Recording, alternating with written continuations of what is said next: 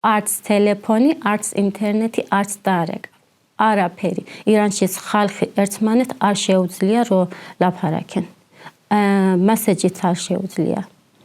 Whole of my family live in Iran now. My friend in Tehran, my family in Isfahan, my father, my mother, my brother, grandma, aunt, uncle, and my friend in Tehran. When did you have last contact with them? 5 days ago. თქვენ ვინ გყავთ იქ ახლა? მე დედა, დები, ძმები, სულ იქ არიან. მე აქ მარტო ვარ და ჩემ ქმერსთან. ბოლოს როდის ელაპარაკეთ მათ? და რა გითხრეს? დიდი ხანია მე მგონი ერთ კვირა არის მე დედა ჩემსთან ვერ ლაპარაკე. როგორ არის ახლა, როგორ არიან, ცოცხლი არიან, არ არიან, არ ვიცი. და ბოლო მე დედასთან ვლაპარაკობდი. მითხრა რომ ჩემი ძმა არის ფეხბურთის კოჩი.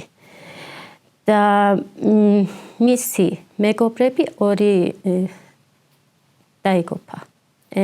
მოკლავენ. ჯავონაია ასებელეშ. ახლა მე 2-3 დღე არაფერი არ ჭამს. არ შემიძლია, იმიტომ სულ ფიქრობ, ახლა კარგად არიან, როგორ არიან, არიან. როგორ არიან, არ ვიცი.